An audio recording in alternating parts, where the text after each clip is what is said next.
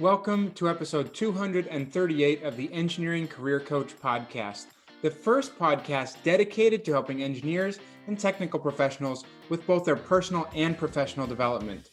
In this episode, I will be talking with Tiffani Teachey. She's a senior mechanical engineer and an international best-selling author about STEM and the importance of becoming involved in STEM, especially as a young girl.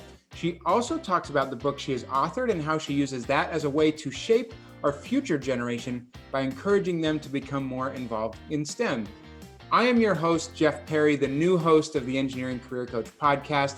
I am a mechanical engineer that provides engineering and software pros with professional coaching to help develop soft skills like leadership and mindset to unlock the hidden potential and remove self-imposed roadblocks for career and life.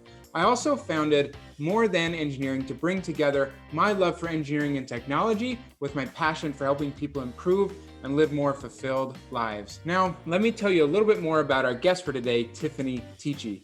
Tiffani Teachey is a senior mechanical engineer, science, technology, engineering, and math, or STEM coach and advocate. She's a professional speaker, an international best-selling author of the children's book, What Can I Be? STEM Careers from A to Z, and a women empowerment book called Saving Lives While Fighting for Mine, Stories to Empower Women to Win. She holds a Bachelor of Science degree in mechanical engineering, as well as a Master's of Science degree in engineering management, both from the University of North Carolina at Charlotte. As an engineer with more than 16 years of experience, Tiffani has a passion for inspiring the next generation to engage in STEM careers. She is known for motivating, empowering, and inspiring others to succeed.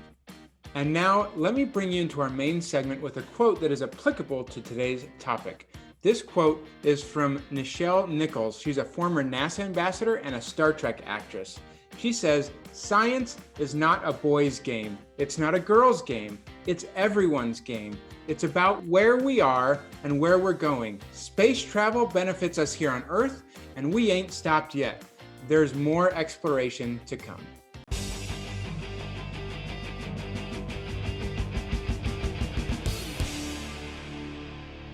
Now it's time for the main segment of our episode. Today, I have the privilege of talking with Tiffani Teachey. She's an experienced engineer, a best-selling author, and a STEM advocate. Tiffani, welcome to the show.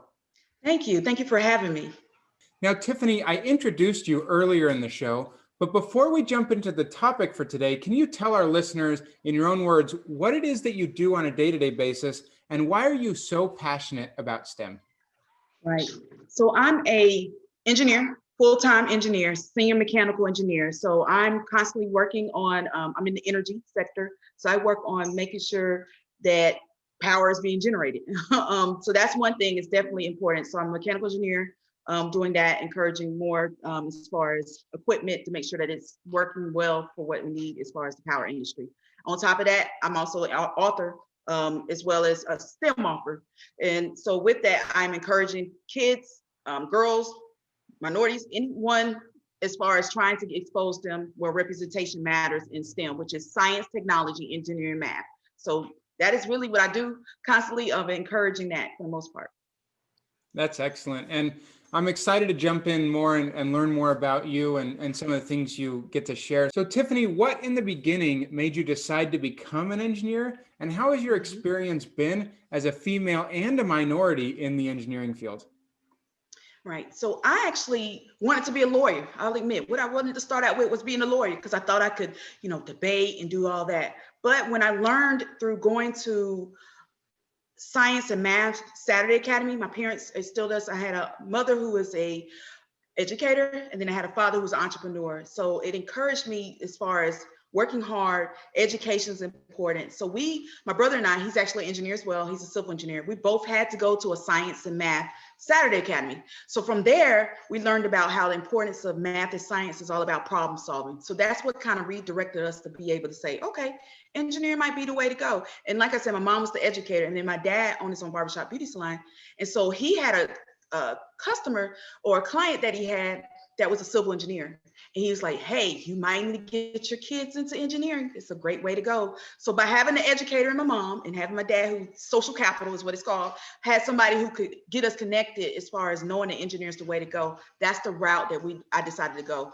Now being a female and minority, I knew I was going into a career that was a male-dominated field. So going to those classes when I went to University of North Carolina, Charlotte, I went in undecided engineering. I didn't know which one I wanted to be. And so once I got into that intro class, I thought mechanical engineering was the one that I wanted to do. I thought it was the broadest out of all of them. So I went into that field, and sitting in the classes, it was interesting. I mean, it's not as many females or minorities in the classes, but I knew what my goal was. And so engineering was the way I decided to go. And I made it through, got the degree. And so living it now as an engineer, working full time with it, it's been an experience. Well, that's awesome. And what a blessing that you were able to have that exposure and people who could help you along the way and really show you that this was a valid option for you, both through your parents and their friends and things. So what great opportunities that you had that obviously not everyone has, but I'd love to learn a little bit more. In your own opinion, why do you think it's so important to encourage girls like yourself, that you had that encouragement when you were younger to take up STEM and learning about those subjects? Right. And I talk about it. Like I said, I'm an author in both. I got two books. I got a couple of books, but I encourage more in my Saving Lives While Fighting for My Encouraging Women to Win stories, where I talk about my journey in that book. It's a women empowerment book. And I try to encourage because their statistics show that girls start off young and where they're questioning themselves. They don't see themselves in earlier stages. So we really have to start earlier on and exposing them. When you talked about exposure, I talk about exposure, opportunity, access, and knowledge. If we can get them earlier on to all four of those type of things, I think that's what's key. They say third grade is their prime time when they start deciding what's going to happen with that child.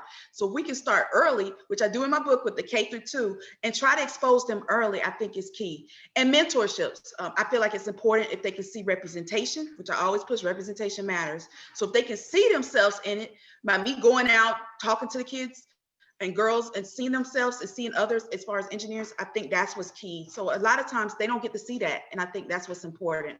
And that will help, I would believe.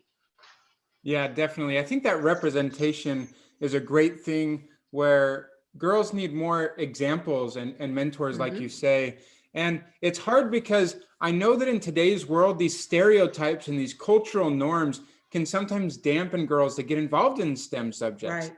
And I've seen some studies where children get asked to draw like a mathematician or a scientist, and girls are twice as likely to draw men as they are to draw women, while boys almost universally draw men, often in a lab coat. So how can we as a community debunk these myths and help young girls to become more involved in STEM? As stated, I know I'm going to talk further about my book, but the first person or first kid, the STEM kid they see in there is African-American female astronaut. And seeing those type of exposure, exposing those, and you talk about the hidden figures. We talk about that movie that came out, but they're the hidden figures where they talk about the mass petitions, the Katherine Johnsons, the ones that started it. They were the human calculators. Those type of stories, if girls could see that, I think that's what's empowering. So telling those stories, showing the hidden figures, showing the ones that are doing it now, I think is key. Seeing that these ones, that everybody who's accomplished it, they can do it too. So I think, like you said, representation, but telling those stories, if more of us who's already in it can tell our stories, such as the movies, if the movies could show it more, the TV, the stuff they see, the social media, all that's making an influence and influencing their minds, I think that's what's going to be key as well, because there's ones that's already started and paved the way. And if they can see it and know that they can do it, that's the biggest thing I think is important. So I would say that's key, letting them see the possibilities. And like I said, I go out into the schools, I go and talk to the kids. And a lot of times when I talk to the kids, I say, who's met an engineer? And a lot of them, they're like, oh no, I haven't met an engineer. But by the time we've done hands-on activities, by the time I've given a presentation of what it takes to be an engineer, I asked that same question, who has met an engineer? And I said, all hands should be up, because now you've met an engineer, now you know what it's about. And so that's the kind of stuff where we've got to expose them so they can see themselves in it. I love it. And telling those stories and giving them those role models and that connection with the industry is so critical. So I'm glad that you're doing a lot of that outreach from these kids from a young age. So one other thing that we've talked about a little bit, I want to hear more about it. Like, you authored this children's book on STEM that's available in 3 different languages. So can you tell us more about this and how it's part of your STEM journey? Right. So I started out with my book, What Can I Be? STEM Careers from A to Z. It printed in 2019, December, right before Christmas. I was like, okay, I'm gonna get this out. And so I was able to print it, and it was actually ended up being #1 bestseller in STEM education, which I was so excited. It was actually a Christmas present. I woke up and I saw, oh, bestseller. I was like, yes. So to see that it's making an impact was key. So then it took me a while. Everybody's like, what's next? What's next? What's next? And I was just like, okay, I'm getting the coloring book. That's actually coming up in a couple of weeks. I'm getting that next. But I said, why don't we translate this in Spanish and French? And there's so many other languages as well.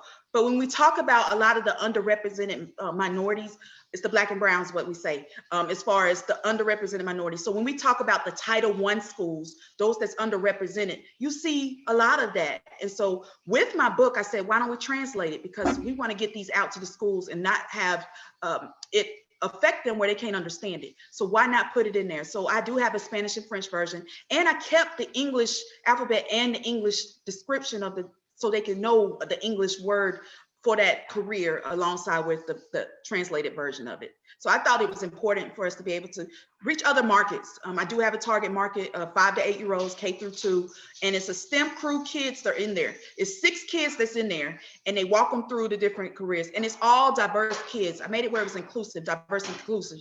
And so it's all different diversity. It's all different genders from female males. And so it shows them that they can all work together and become those different careers.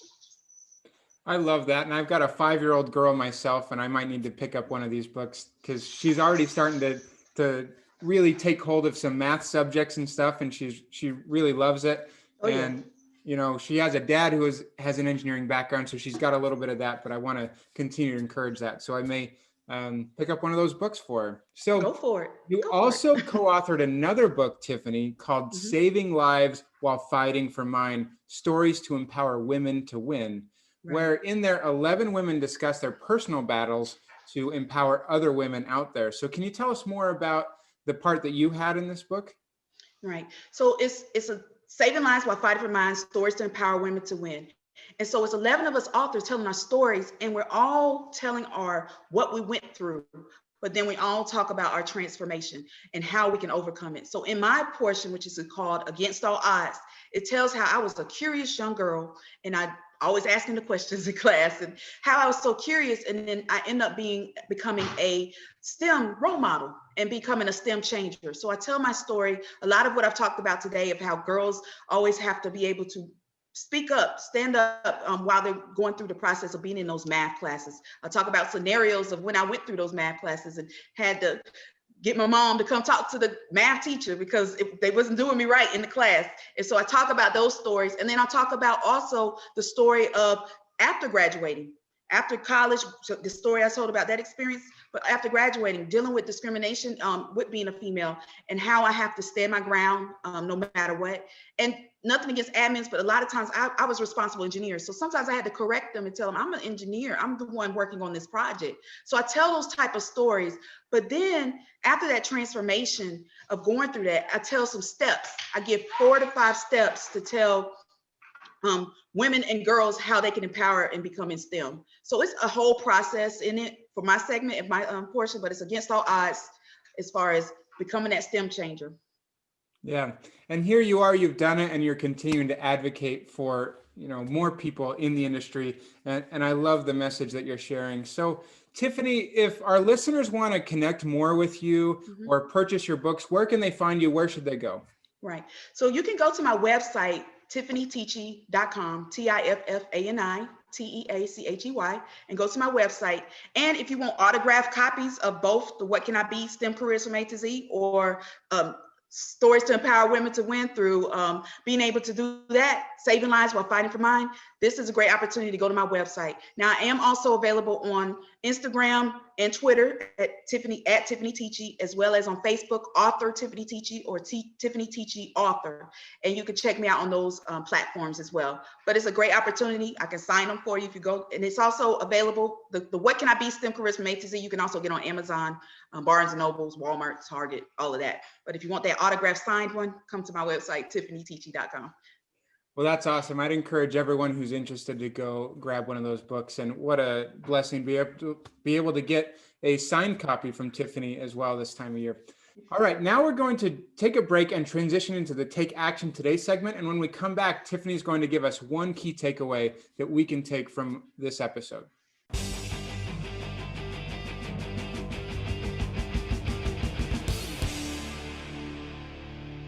Welcome back. Now it's time for our Take Action Today segment of the show. Today I've been talking with Tiffani Teachey, and at this point she's going to give us one key takeaway that we can use to empower the next generation of STEM leaders.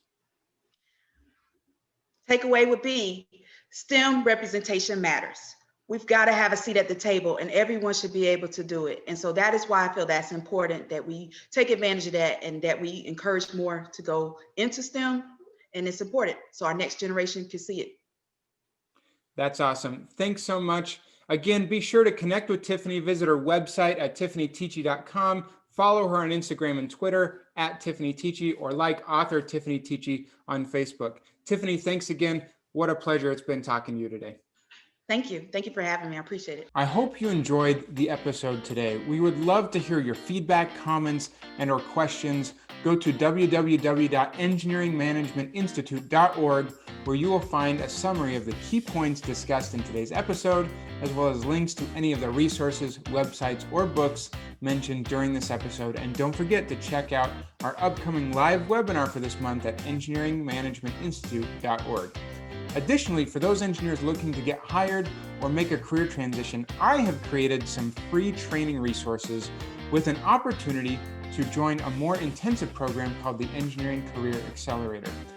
You can find more information at engineeringcareeraccelerator.com. Until next time, I wish you the best in all of your engineering endeavors.